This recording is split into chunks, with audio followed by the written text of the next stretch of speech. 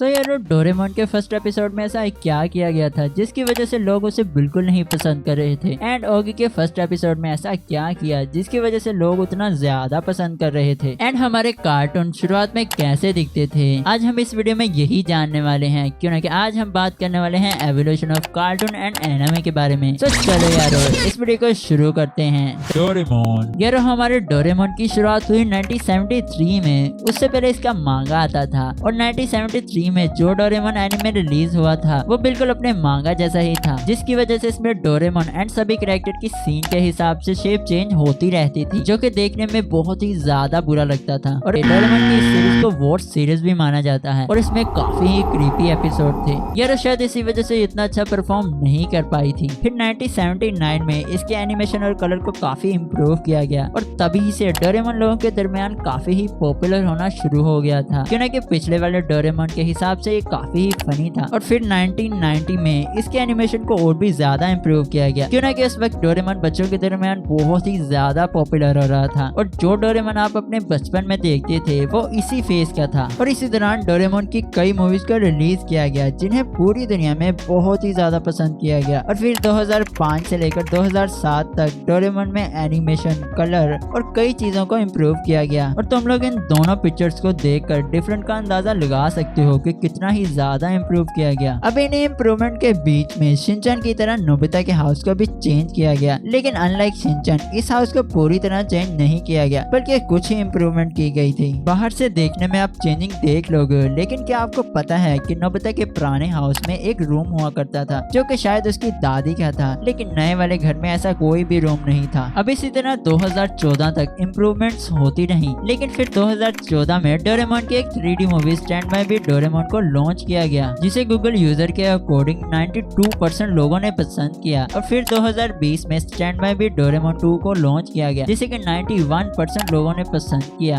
And क्या आपकी भी वो फेवरेट मूवी थी? मेरे को कमेंट में जरूर बताना। ओगी की शुरुआत हुई 6 दिसंबर 1958 में। उस वक्त के हिसाब से ये एनिमेशन काफी ही अच्छे बनाए गए थे। फिर 2000 में इसमें कुछ खास इम्प्रूव तो नहीं किया गया, लेकिन इसके पिक्चर क्वालिटी को काफी ही इम्प्रूव किया गया। और फिर 2008 में इसकी पॉपुलैरिटी एंड रिव्यू बढ़ने के साथ इसके एनिमेशन को काफी ही इम्प्रूव किया गया। और इसी तरह 2012 तक इसके कलर, एनिमेशन एंड सीन को बहुत ही ज्यादा जबरदस्त किया गया और इसी वजह से लोगों को देखने में ये इतना ज्यादा मजा आ रहा था। लेकिन 2016 और 2017 तक एनिमेटर ने ऐसी टेक्नोलॉजी का यूज किया की वजह से लोगों को इतना ज्यादा अच्छा नहीं लगा, लेकिन फिर से 2018 में दोबारा से एनिमेशन को ठीक किया गया, जिसे व्यूवर ने काफी ही ज्यादा पसंद किया। और अब 2022 में ओगी की लेटेस्ट मूवी में 3D एनिमेशन का यूज किया गया, जो कि दिखने में काफी ही ज्यादा अच्छा था। और वैसे आपका इसके बारे में क्या कहना है मेरे को कमेंट में जरूर बताना। Tom and Jerry. सो यार टॉम एंड जेरी की शुरुआत 1947 में हुई, जिसे कि हैना एंड बारबेरा नाम का स्टोरी एनिमे डायरेक्ट करता था और इन्होंने इसे बिल्कुल कॉमिक बुक वाला लुक दिया था।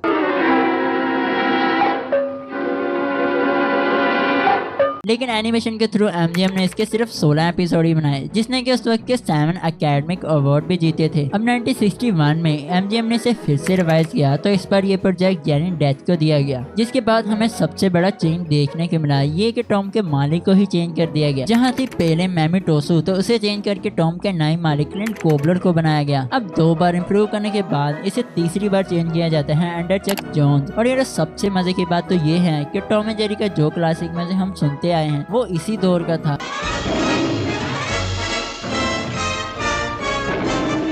अब इसके बाद आता है 1975 का दौर, जहां पर टॉम एंड जेरी का एक नया फेस देखने को मिलता है, जहां टॉम एंड जेरी शो को लॉन्च किया जाता है। अब इसमें कुछ खास चेंजिंग तो नहीं होते, लेकिन जेरी की एक रेड टाइप बना दी जाती है, क्योंकि 1970 के दौर में ही अमेरिका की गवर्नमेंट ने वायलेंस इन टेलीविजन पर कुछ स्ट्रिक्ट रूल बना दिए थे, जिसकी वजह से हमें बहुत कम ही क्लासिक वाला मजा मिला था। और यार जो तुम आज टॉम एंड जेरी की फ्रेंडशिप देखते हो वो भी यहीं से शुरू हुई थी, लेकिन फिर से 1980 में इस टाइप को हटा दिया गया, जिसकी वजह से हमें वही क्लासिक वाला मजा देखने को मिला था।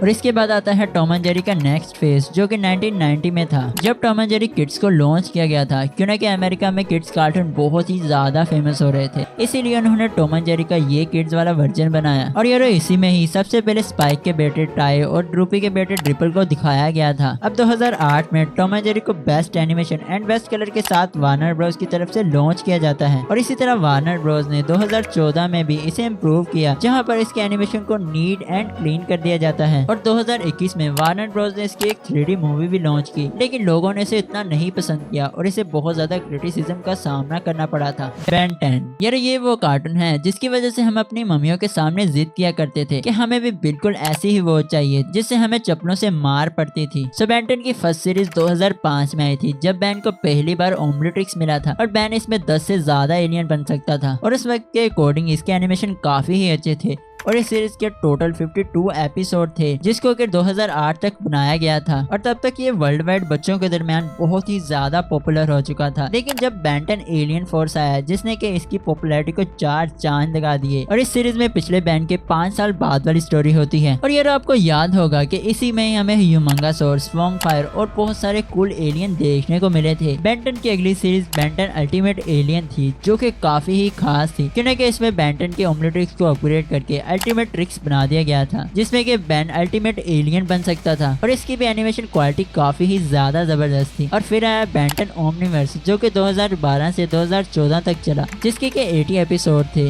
जिसमें कि ग्वेन एंड केविन कोली चले जाते हैं और हमारे बेन को एक नया दोस्त मिलता है। और इसमें बेन के 2 वर्जन दिखाए जाते हैं, यानी एक बेन 11 साल का होता है और दूसरा 16 का। और इन दोनों की ही अलग अलग स्टोरीज होती हैं। और इसमें एकदम अलग ही एनिमेशन यूज किया गया था, जिसे कि ज्यादा से ज्यादा हाथों से ही बनाया गया था। और फिर आता है 2016 का बेन 10 रीबूट। यार इसमें बेन को पूरी तरह ही बच्चा बना दिया गया था, जिसकी वजह से बेन 10 की पॉपुलैरिटी बहुत ही ज्यादा कम हो गई थी। आप इस गूगल के ग्राफ को देखकर समझ ही सकते हो। वैसे क्या आपको पता है कि बेन 10 को अब तक 10 अलग अलग एजेस में दिखाया गया है, जिसको कि आप इस चार्ट में देख सकते हो। जब बेन 10 4 साल का था, तब से लेकर बेन 10,000 जब वो 30 साल का हो गया था, उसे भी दिखाया गया है। और इसमें बेन के बेटे को भी दिखाया गया था, Courage the Cowardly Dog. And last में है हमारे बचपन की horror cartoon Courage the Cowardly Dog की शुरुआत 1995 से हुई थी, जब इसे किसी कार्टून की तरह नहीं बल्कि एक शॉर्ट फिल्म की तरह लॉन्च किया गया था, जो कि लोगों को बहुत ही ज्यादा पसंद आई थी, जिसकी वजह से इसकी एक 1919 में पूरी डेडिकेटेड सीरीज बनाई, जिसे कि हम कोरेज द कवर्डली डॉग के नाम से जानते हैं। लेकिन यार सैडली 2002 तक इसके सिर्फ 4 ही सीजन आए, क्योंकि कुछ पेरेंट्स की कंप्लेंट की वजह से इसे बंद कर दिया गया था। लेकिन यार 2014 में सरप्राइजली इसकी एक 8 मिनट की 3D मूवी को रिलीज किया गया। लेकिन यार इसके एनिमेशन लोगों को इतना ज्यादा नहीं पसंद आया, जिसकी वजह से लोगों ने इस पर इतना ज्यादा ध्यान ही नहीं दिया। लेकिन फिर इसके बाद काफी लंबे अरसे बाद 2021 में स्कूबी डू और करेज की एक क्लेवरली मूवी आई,